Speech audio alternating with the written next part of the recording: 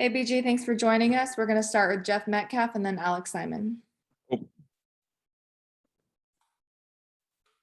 We haven't had a chance to talk to you yet since the MVP voting. How did you feel about finishing second there? We haven't been able to talk to you since the MVP voting. How did you feel about finishing second behind John Quell?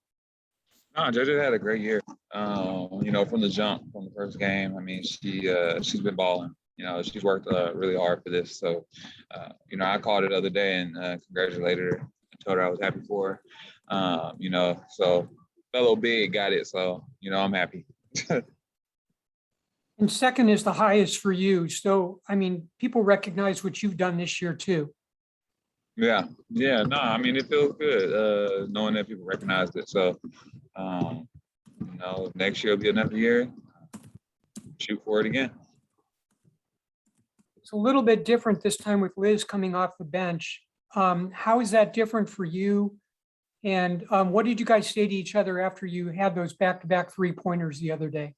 I think we were honestly just kind of laughing at the fact that just the jarring back and forth a little bit. I think we were just kind of laughing at each other, honestly, about it. I did my little thing on my little move I made, and she hit the three. She did the same little thing. It's mutual respect. It's always good, Liz. But I think it doesn't change. It doesn't really change on what we do when we come out, on who starts and who doesn't start. Her on the court, not on the court. We pretty much keep it the same.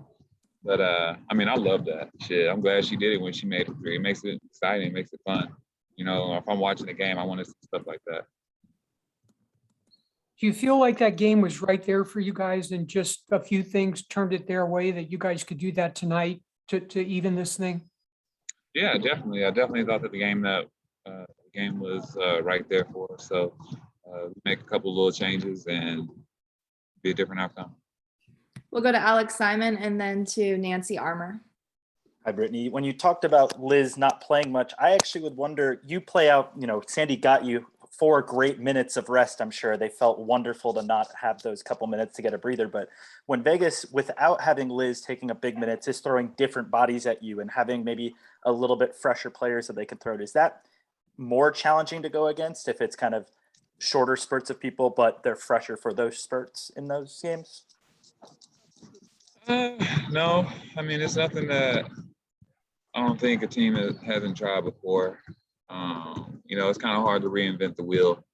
Just hope that the wheel runs smooth when you do it.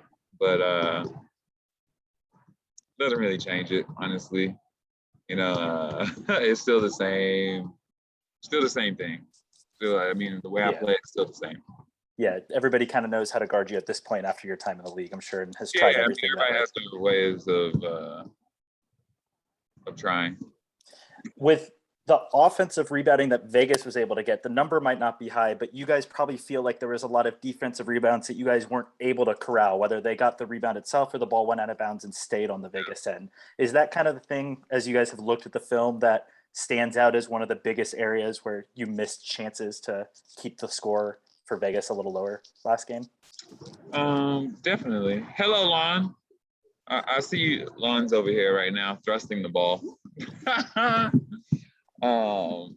But can you ask the question again? Yeah. Just Vegas's offensive rebound numbers weren't high, but they obviously got a lot of second chance points out of maybe you guys not corralling rebounds on the defensive end. Yeah, there was a bunch of 50-50 chance balls that, if we would have came up with them, probably would have helped us out. There was ones where it was just like touch, out of bounds. It's like, shit, like, wish we could get those possessions back.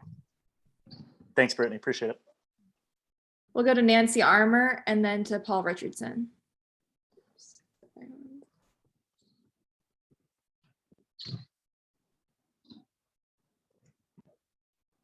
Hey, Brittany, thanks for doing this.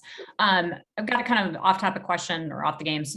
There's been a lot of attention this week on the NBA players and, some of the talk about vaccines, and you all just went out and did it. And I'm just wondering, how much did you guys feel kind of a responsibility or an obligation to be role models in that respect, especially given all of the other ways that you all have led in terms of, social justice issues, focusing on women, things like that? I mean, I don't think that we tried to be role models on the vaccine. We just know what we needed to do to be able to play, and I think everybody here just did whatever we needed to do so we could be on the court, honestly. And I think that was the main thing for me. It wasn't really too much that went into it. I mean, when it first came out, I mean, I wasn't going to get the shot, honestly, but after hearing everything, and I want to play, so I got it. I want to play, so hopefully everybody gets it. If not, it's going to look really weird, but I'm just glad that the majority of everybody got the vaccination. All right, we'll go over to Paul Richardson. Hey, BG, I just got two quick ones for you. The first one is, and I said this to Sophie too, it seems like the first game was really just about execution. No one surprising anybody. You know how they're going to guard you. They know how you're going to guard them. It really seems like it's just execution at this point, or am I off with that? No, I mean, I think that's right. At the end of practice, coach tells, first team you got 10 possessions, tell the second team you got 10 possessions. You have to go just execute on. I feel like that's kind of how it was. And, they executed a couple more plays than us, and that's how they got that win. So, we just got to change certain little things and just go get it. We know each other really well. Everybody on the other team and on this team, we know each other. So we know where people like to get shots. We know where people are uncomfortable, and it's our job to make things uncomfortable and make it harder. And then, and lastly, I hate to use that phrase "must win," but how much emphasis is being put on we don't want to go back home 0-2. We want to get this one here. How much emphasis is being put on that by the team and the coaches? Yeah, I mean, we definitely want to split here. We don't want to go home, 0-2. So, I mean, it's kind of like the mentality of a single elimination game tonight, honestly. I mean, at least in my mind, that's what it is to me. It's a single elimination game. We got to win this game to stay alive. But it is a series, but, you definitely won't want to drop 2 going back home. You made it a lot harder for yourself. We have time for one more. We'll go to Kenneth Minogue. Hi, Brianna. I just wanted to hi, Brittany. I just want to ask the question. Alex actually touched on it a little bit with the amount of options that aces have to defend you, but specifically, the aces truly do have the size to really look to match up with you, with Asia Wilson, with Kia Stokes, and with Liz Cambridge. These are 3 true bigs that can really look to match up with you. How do you look to adjust to what you saw in game 1 and look to for game 2, dealing with each of the 3 different matchups? Honestly, I feel like it was Stokes and Liz that guarded me, honestly, the most. But, you can't, I'm not going to start thinking about like, oh, I could have did this, that, and then try to come out here and play a whole different game against them. Like, it was just, no disrespect, but it was just magically just flabbergasted me and frustrated me, and I missed the shots that I know I could have made. If I would have just took time, gathered my step, I would have made some of those hook shots that I made. I probably should have put away on a couple of them, and I won't tonight, but coming in with the same mindset. There was nothing that surprised me last night. There was no magic defense that they did.